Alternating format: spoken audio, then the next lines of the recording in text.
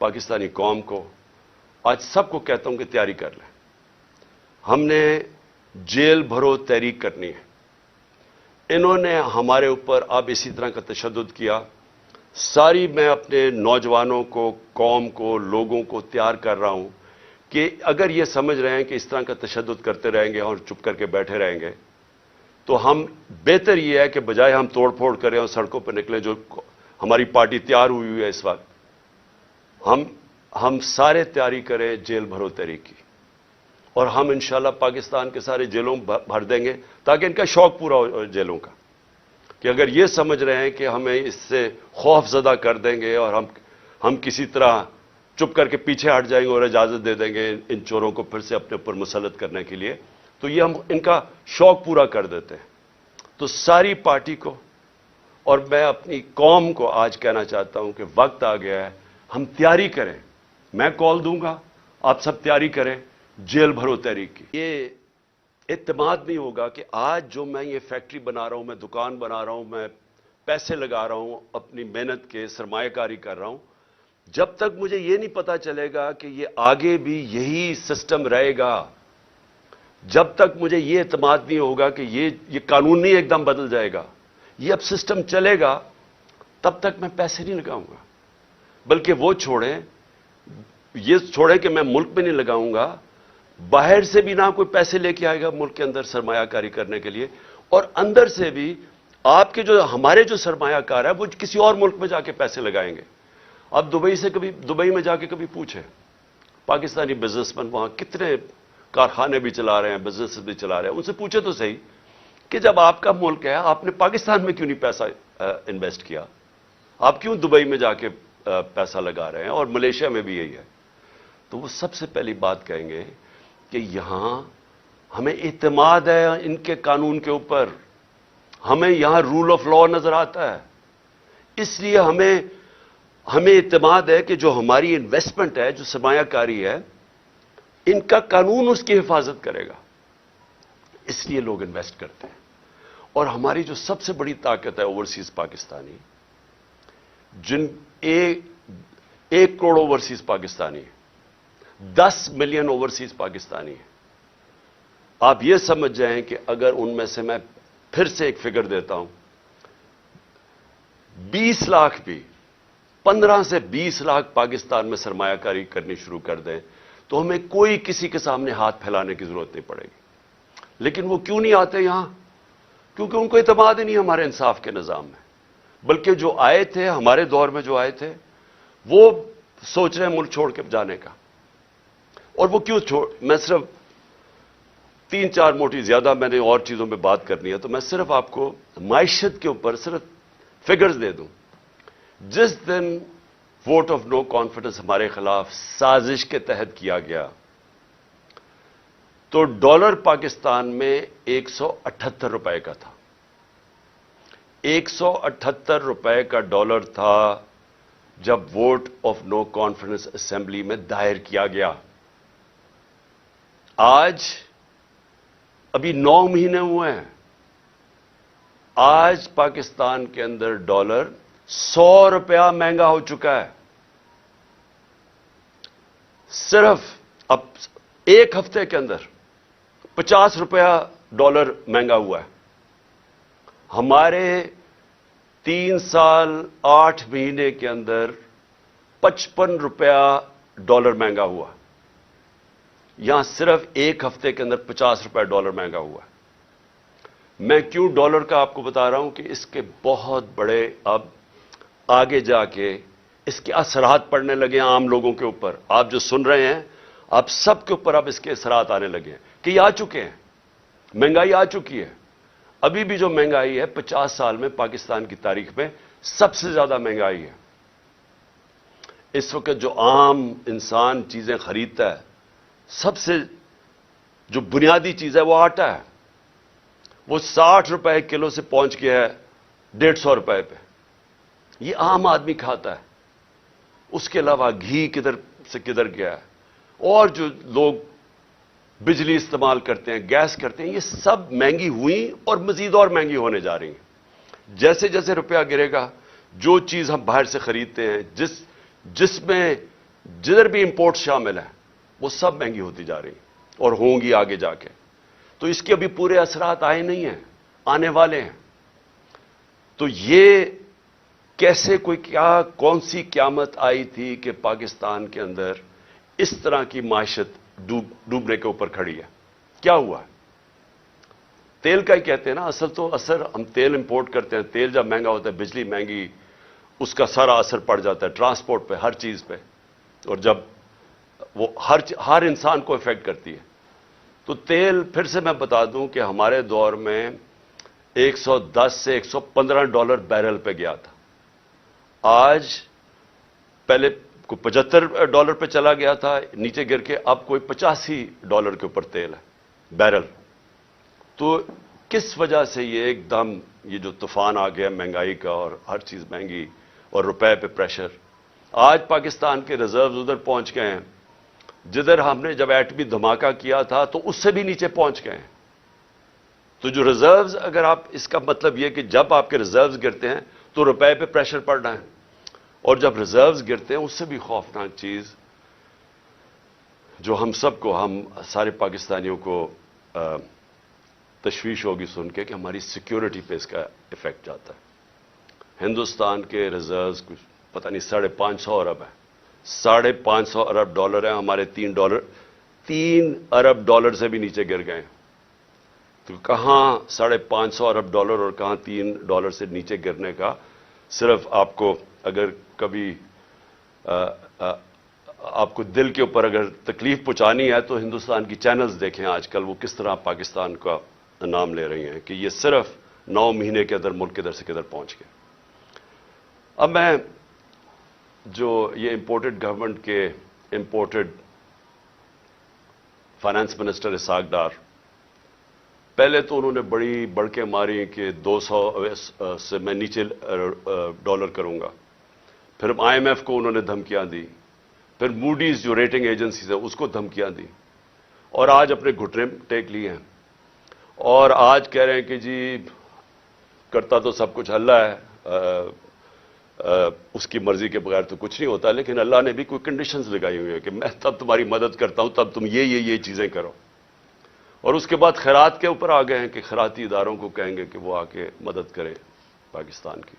اس کا مطلب کوئی روڈ میپ, کوئی سلوشن نہیں ہے, کوئی آگے راستہ نہیں ہے, ان کو کوئی پتہ نہیں ہے کہ اب یہاں سے آگے جانا کیسے. اور میں آپ کو پیشن گوئی کرتا ہوں کہ یہ جو امپورٹڈ سارے لوگ مسلط کیے گئے یہ بھاگنے کی بھی تیاری کر رہے ہوں گے. ان کا سٹیٹ پاکستان میں نہیں ہے. اسحاق ڈار کے اور ان کے بچوں کی ذرا پراپرٹیز دیکھیں اور ان کے پیسے باہر کتنے پڑے. ان کا جو ماسٹر ہے نواز شریف, اس کی ذرا رہن سہن لنڈن میں دیکھیں کتنا ہے. آصف زرداری کی کتنی پراپرٹیز باہر پڑی ہوئی ہیں, یہ سب کو پتہ ہے, ہماری ایجنسیز کو پتہ ہے. جو آج لوگ ان کی مدد کر رہے ہیں, جو ہینڈلرز پیچھے سے بیٹھ کے, ان سب کو پتہ ہے کہ ان کی پراپرٹیز کتنی باہر پڑی ہیں, کتنا پیسہ اس ملک کا چوری کر کے گئے. تو آج یہ کہہ رہے ہیں کہ خیرات پہ پاکستان, یعنی کہ بیرون ملک لوگ پیسہ خیرات کے اوپر پاکستان دے اور اپنا پیسہ باہر رکھا ہوا ہے. کون ان کو پیسہ دے گا؟ تو اس کا مطلب ان کے پاس کوئی روڈ میپ نہیں ہے. تو پہلے تو اکنامکلی آج میں نے بتانا تھا کہ آج ہم کدھر کھڑے ہیں. اس کے بعد دوسری چیز آ جائے جو میں نے شروع کی تھی بات, انصاف اور رول آف لا کی. جو آج ہمارے بنیادی حقوق, فنڈامنٹل رائٹس, جس طرح ان کو مسترد کیا گیا, جس طرح ان کی وائلیشن کی گئی اس جب سے یہ امپورٹڈ حکومت ہمارے اوپر بیٹھی ہے. میں پھر سے ریپیٹ کرتا ہوں, جنرل مشرف کے مارشل لاء میں اپوزیشن میں تھا, مجھے جیل میں ڈالا گیا, لیکن میں آپ کو یقین دلاتا ہوں کہ اس طرح کا کبھی ہم نے ایسا ظلم نہیں دیکھا جو انہوں نے کیا. میں صرف نام لکھے ہوئے ہیں کہ جو انہوں نے ہمارے ساتھ کیا. ڈاکٹر شہباز گل, ایک یونیورسٹی پروفیسر, باہر امریکہ کی یونیورسٹی میں پڑھانے والا, اپنا سب کچھ یعنی بڑی سیلری چھوڑ کے آتا ہے پاکستان, اس کو ننگا کر کے جو تشدد کیا گیا, الٹا لٹکایا گیا. یعنی اس نے جرم کیا کیا تھا؟ کوئی ہمیں بتائے جرم کیا کیا تھا اس نے. اور مجھے افسوس سے کہنا پڑتا ہے کہ ہمارے انصاف کے نظام نے اس کے فنڈامنٹل رائٹس کی حفاظت نہیں کی. اس کے اوپر مزید اور کیسز کر دیے گئے. کبھی وہ کراچی جا رہا ہے تو کبھی بلوچستان میں کیسز کر رہے ہیں. تو کوئی یعنی کدھر گئے ہمارے فنڈامنٹل رائٹس؟ کون سے ملک کے اندر جو اپنے آپ کو جمہوریت کہتا ہے وہاں لوگوں سے ایسے ہوتا ہے جو اس سے ہوا؟ ابھی تک وہ ریکور نہیں کیا شہباز گل. ابھی تک جس طرح اس کے اوپر تشدد کیا گیا, ابھی تک اس کا اثرات اس کے اوپر ہے. کوئی اس کو انصاف ملنے کی آس پاس سے کوئی نظر نہیں آ رہا, بلکہ ابھی بھی کیسز بھگت رہا ہے وہ. اور ایک آدمی جو ملک کی مدد کرنے آیا تھا, اپنی سے بڑا آئیڈیلزم لے کے آیا تھا, وہ پیسے خرچ کر رہے وکیلوں کے اوپر, اپنے کیسز کے اوپر. میں اس کی اس لیے مثال دے رہا ہوں کیونکہ شاید ملک کے غدار ہوں, کوئی دہشت گرد ہوں, تو شاید ان کو تو ایسے ٹریٹ کرتے ہوں, لیکن ایک پولیٹیکل آدمی ایک سٹیٹمنٹ کے اوپر اس کے اوپر یہ ظلم کیا گیا. پھر جو اے آر وائی کا جو اس وقت جو ٹی وی چینل کا اس بیچارے کا جو نیوز ایڈیٹر ہے, اس کو کوئی کام ہی نہیں تھا, اس کو رات کے 3 بجے اٹھا کے لے گئے. مجھے ایک نہیں سمجھ آتی کہ رات کے 3 بجے کیوں اٹھانے آتے ہیں؟ کیوں یہ کیا ایک مہذب معاشرے میں وارنٹ نکلتی ہے, آپ گھر پہ جا کے وارنٹ ڈیلیور کریں اور آپ اٹھا لیں ان کو.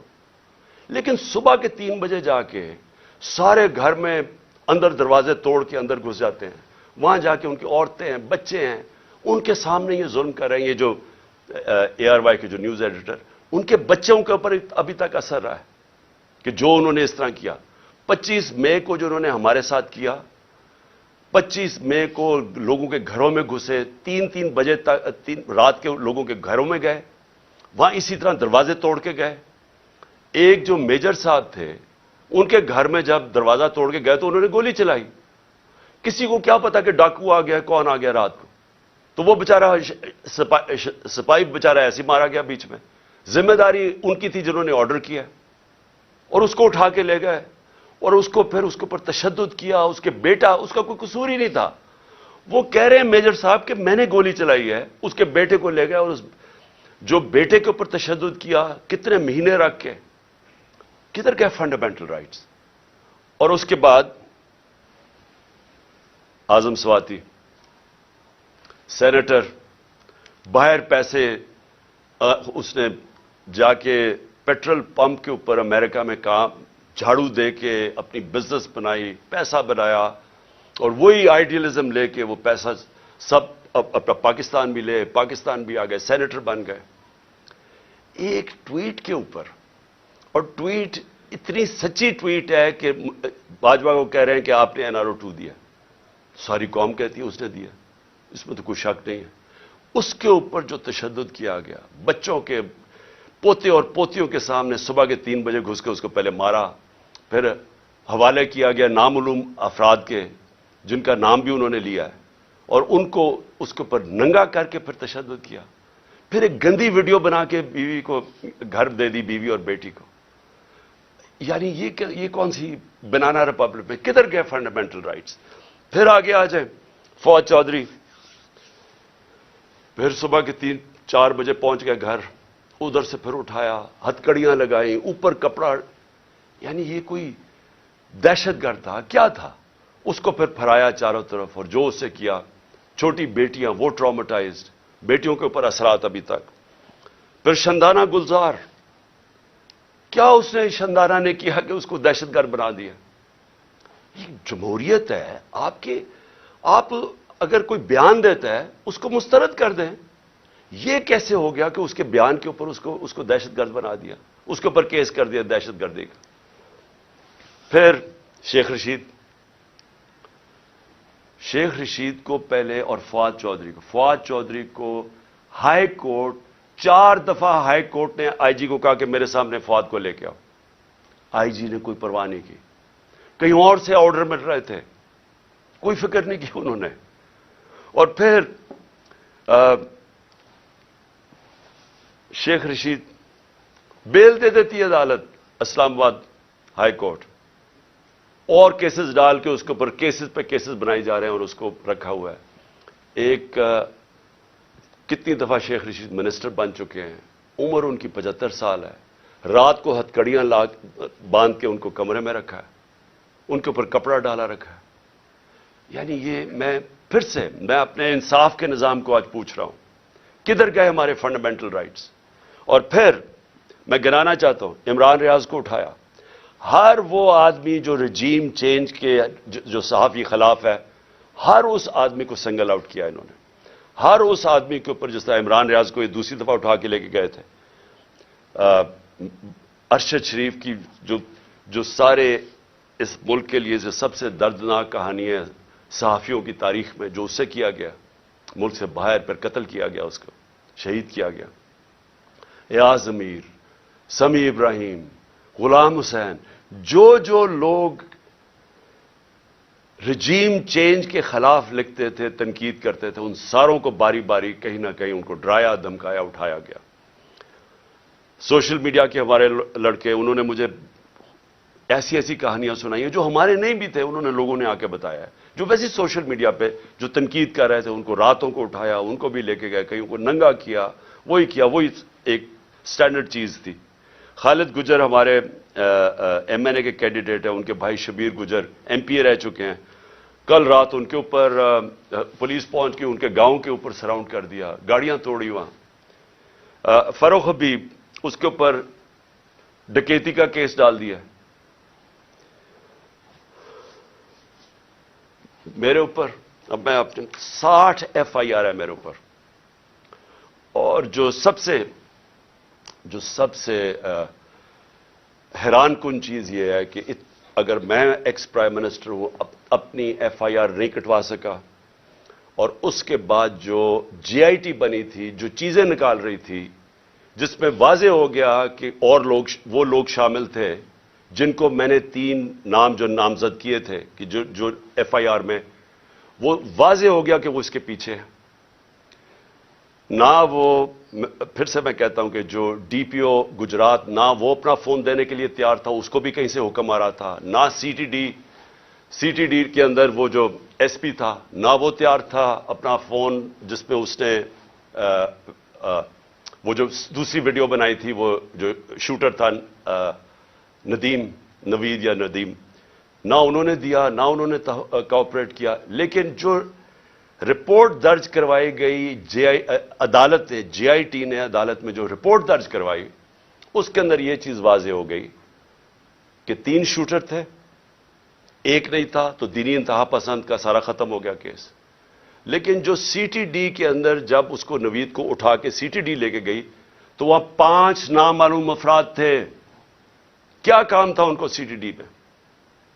تو کیا اگر کسی میں کوئی شک ہے تو اب یہ شک ہٹ جانا چاہیے کہ یہ جن لوگوں نے کروایا تھا ان کا کام میری حفاظت کرنا تھا, انہوں نے یہ کروایا سب کچھ, اور اس لیے وہ کور اپ کر رہے ہیں. کیئر ٹیکر گورنمنٹ کیسے ہو سکتی ہے کہ جے آئی ٹی کی جو پنجاب گورنمنٹ نے نوٹیفائی کی ہوئی جے آئی ٹی, اس کو بند کر دیا, اس کا کام نہیں کرنے دے رہا ہے. کس چیز کا خوف ہے؟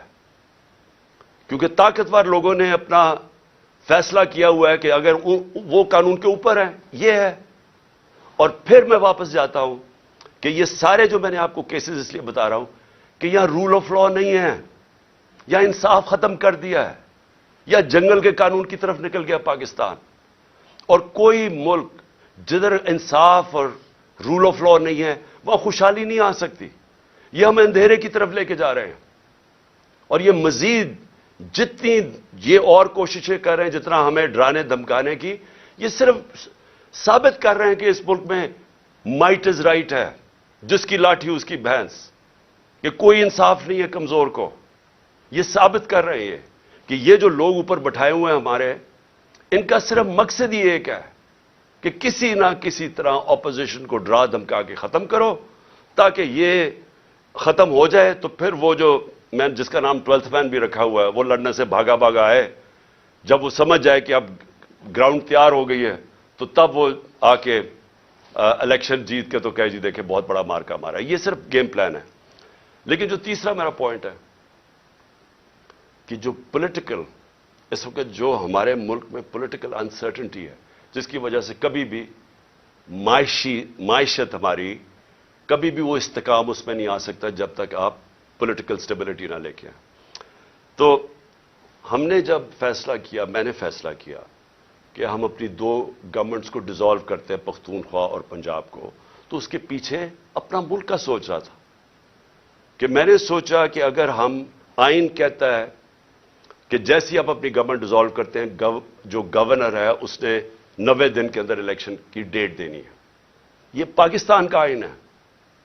میں نے وہ آئین سوچ کے اپنی گورنمنٹس کو ڈیزالو کیا تھا، اور مجھے تب لوگ کہتے گئے ہمارے کہ یہ نہیں کریں گے، کہ یہ جو طاقتور لوگ ہیں یہ نہیں ہونے دیں گے. اور انہوں نے پوری پہلے کوشش کی کہ کسی نہ کسی طرح ہمیں پنجاب میں کانفیڈنس ووٹ نہ ملے، پھر کہ ہم ڈیزالو نہ کر سکے تھے، ڈرایا دھمکایا، یہاں آ کے بیٹھ گئے وہ طاقتور ہینڈلرز، اور انہوں نے پوری کوشش کی. لیکن اللہ، ایک پلان اوپر والے کا بھی ہوتا ہے نا، وہ کامیاب ہو گیا. ہمیں 186 ووٹ مل گئے، اور ہم نے اپنی گورنمنٹ، جب کانفیڈنس مل گیا ووٹ، ہم نے اپنی گورنمنٹ ڈیزالو کر دی. اب یہ سارا ملک اب تماشا دیکھ رہا ہے کہ ابھی تک 18 دن ہو گئے ہیں، دونوں گورنرز نے ڈیٹ نہیں دی الیکشن کی، اور یہ جیسے ہی 90 دن ختم ہوں گے تو ساری قوم سمجھ جائے کہ اس کے بعد یہ آرٹیکل 6 لگے گا ہر کوئی جو گورنمنٹ میں بیٹھا ہوگا، کیونکہ وہ بالکل گورنمنٹ، جو بھی گورنمنٹس ہوں گی انلیگل ہو جائیں گی، وہ آئین کے خلاف ہو جائے گی. اور جو بھی یہ کوشش کر رہا ہے کہ کسی طرح اس کو آگے کھینچا جائے، اور وہ ہمیں پتہ ہے کون کوشش کر رہے ہیں. ایک تو یہ جو امپورٹڈ ڈاکو بیٹھے ہوئے ہیں ہمارے اوپر، یہ خوف زدہ الیکشن سے، ان کو پتہ ہے کہ الیکشن میں یہ جیت نہیں سکتے، اور انہوں نے تیاری کی ہوئی تھی کہ جتنا ٹائم گزرتا رہے گا اس کے اندر یہی حربے استعمال کر کے ہمیں کمزور کرتے جائیں گے، ایف آئی آرز کاٹتے جائیں گے. عمران خان کی جیل کی پلان کیا ہوا ہے کہ اس کو جیل میں ڈالیں گے، اور پھر ہمارے جو سینئر لوگ ہیں ان کو اسی طرح ہراساں کرتے جائیں گے، جو بولنے والا ہوگا اس کا منہ بند کرنے کی کوشش کریں گے.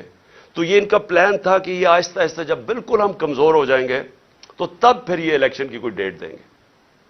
لیکن ہم نے یہ جو اپنی گورنمنٹ ڈیزالو کر کے اب جو سارا پاکستان آج پاکستان کی عدلیہ کی طرف دیکھ رہا ہے، اور میں یہ امید رکھتا ہوں کہ ہماری عدلیہ آئین کے ساتھ کھڑی ہوگی، کیونکہ اگر یہ 90 دن سے اوپر جاتا ہے تو یہ پاکستان کے آئین نہیں، پاکستان کے رول آف لا نہیں، یہ ساری پاکستان کی جمہوریت اس وقت ختم ہو جاتی ہے. اس کا مطلب جمہوریت نہیں ہے یہاں، کیونکہ جمہوریت تو چلتی ہے آئین کے اوپر. تو لہٰذا یہ سب اب سارا قوم تماشا دیکھ رہی ہے کہ کیا 90 دن میں الیکشن ہوگا یا نہیں ہوگا. میں ابھی آپ کو کہہ رہا ہوں کہ یہ جو امپورٹڈ حکومت ہے یہ اتنی خوفزدہ الیکشن سے، کیونکہ انہوں نے پوری کوشش کی سب کو ملا کے، جو 16 جولائی کو الیکشن ہوئے تھے، بائی الیکشنز پنجاب میں، اس کے باوجود ہار گئے. پھر اس کے بعد ساری جماعتیں ایک ٹکٹ پہ لڑی، پھر ہار گئی، وہ جو اگلا اکتوبر میں الیکشن ہوا تھا. تو یہ ڈرے ہوئے الیکشن سے، یہ الیکشن سے ڈرے ہوئے ہیں، ملک تباہی کی طرف لے کے جا رہے ہیں. روڈ میپ ہے کوئی نہیں، کوئی چیز کنٹرول میں ان کے نہیں ہے، صرف اور صرف اس ڈر سے کہ الیکشن نہ ہار جائیں. ان کو کوئی فکر نہیں ہے کہ ملک برباد ہو جائے، کیونکہ ان کے پیسے باہر پڑے ہوئے ہیں، ان کا پاکستان میں سٹیک ہی کوئی نہیں ہے. انہوں نے پھر سے میں کہہ رہا ہوں یہ پھر باہر بھاگیں گے. لیکن اس جو ملک میں رہنے والے لوگ ہیں ان سب کو تو سوچنا چاہیے نا کہ ہم کدھر جا رہے ہیں، اور ان کو فکر کرنی چاہیے، ہم سب کو فکر کرنی چاہیے کہ اگر یہ ملک نہیں ہے تو ہم نہیں ہیں. اور اگر جس طرح معیشت تباہ ہوتی جا رہی ہے تو سب سے پہلے تو ہماری ساورنٹی جا رہی ہے، آزادی ہماری جائے گی، اور جو ہم پہلے سے کہہ بیٹھے. تو میں آخر میں میں ختم کرنے سے پہلے میں یہ جو دہشت گردی ہوئی، دہشت گردی کو بھی پوری کوشش کی گئی کہ کسی نہ کسی طرح اس سے سیاسی فائدہ اٹھایا جائے. میں یہ شہباز شریف کے سامنے رکھنا چاہتا ہوں، کیونکہ شہباز شریف کو کوئی یا تو یاداشت ختم ہو گئی ہے یا پریشر میں آ کے ان کو چیزیں نہیں یاد. تو انہوں نے کہا جی کے پی نے پیسہ نہیں خرچ کیا یا کچھ نہیں کیا یا کے پی ذمہ دار ہے. میں صرف آپ کو بتانا چاہتا ہوں کہ پختونخوا میں 2013 میں جب ہماری حکومت آئی تھی تو تقریباً 700 پولیس والوں نے شہادتیں دے چکے تھے. پولیس ڈیمورلائز تھی،